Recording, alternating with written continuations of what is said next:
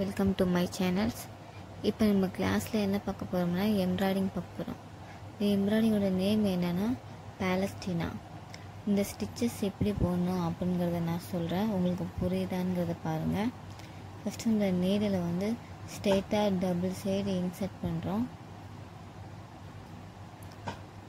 Insert பண்ணி நூலை வெளில எடுக்கிறோம்.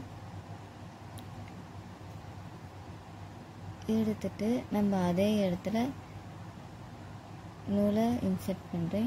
நாட் மாதிரி விழும். அதில் திருப்பி இந்த நாட் சென்டரில் நம்ம நீடலை இன்சர்ட் பண்ணி நான் எப்படி இன்சர்ட் பண்ணுறேன் அப்படிங்கிறத பாருங்கள்.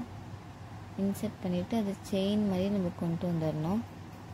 ஸோ இதுதான் வந்து பாலஸ்டீனா ஸ்டிச்.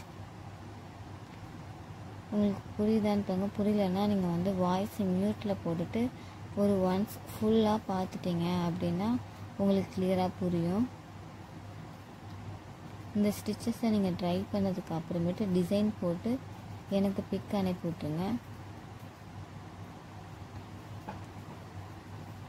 ஸ்டிச்சஸ் போடணும், அதுக்கப்புறம் டிசைனும் போடணும். ரெண்டுத்தையுமே சேர்த்து முடிச்சுட்டு எனக்கு பிக் அனுப்புங்க. ஏதாவது டவுட் அப்படின்னா எனக்கு வந்து வாட்ஸ்அப்பில் மெசேஜ் பண்ணுங்கள், நான் உங்களுக்கு கிளியர் பண்ணுறேன். என்னோடய கிளாஸில் சேரணும் அப்படின்னா கீழே இருக்கிற வாட்ஸ்அப் நம்பருக்கு மெசேஜ் பண்ணுங்கள். இல்லை உங்களுக்கு டிசைன்லாம் எப்படி போகிறது தெரில அப்படின்னு சொன்னிங்கன்னா அதுவும் நான் ஒரு கிளாஸ் எடுப்பேன்.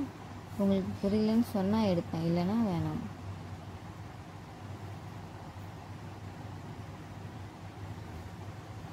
இதுதான் வந்து பாலஸ்டீனா ஸ்டிச். எம்ப்ராய்டிங் வந்து நம்ம ஒன்று ஒன்றா போயிட்டுருக்கோம். ஸோ நீங்கள் அப்பப்போ முடிச்சுட்டு அப்பப்போ டிசைன் போட்டிங்கன்னா உங்களுக்கு வந்து சீக்கிரமாக கிளாஸ் முடியும். கடைசியில் வந்து ஆல்பம் சப்மிட் பண்ணும்போது உங்களுக்கு ஹெவி ஒர்க் இருக்காது. அப்பப்போ சப்மிட் பண்ணி முடிச்சிட்டிங்கன்னா உங்களுக்கு கொஞ்சம் ஈஸியாக இருக்கும். ஸோ இப்படி தான் வந்து நம்ம பாலஸ்டீனா ஸ்டிச் போடணும். அதுக்கு டிசைனும் போட்டுருங்க.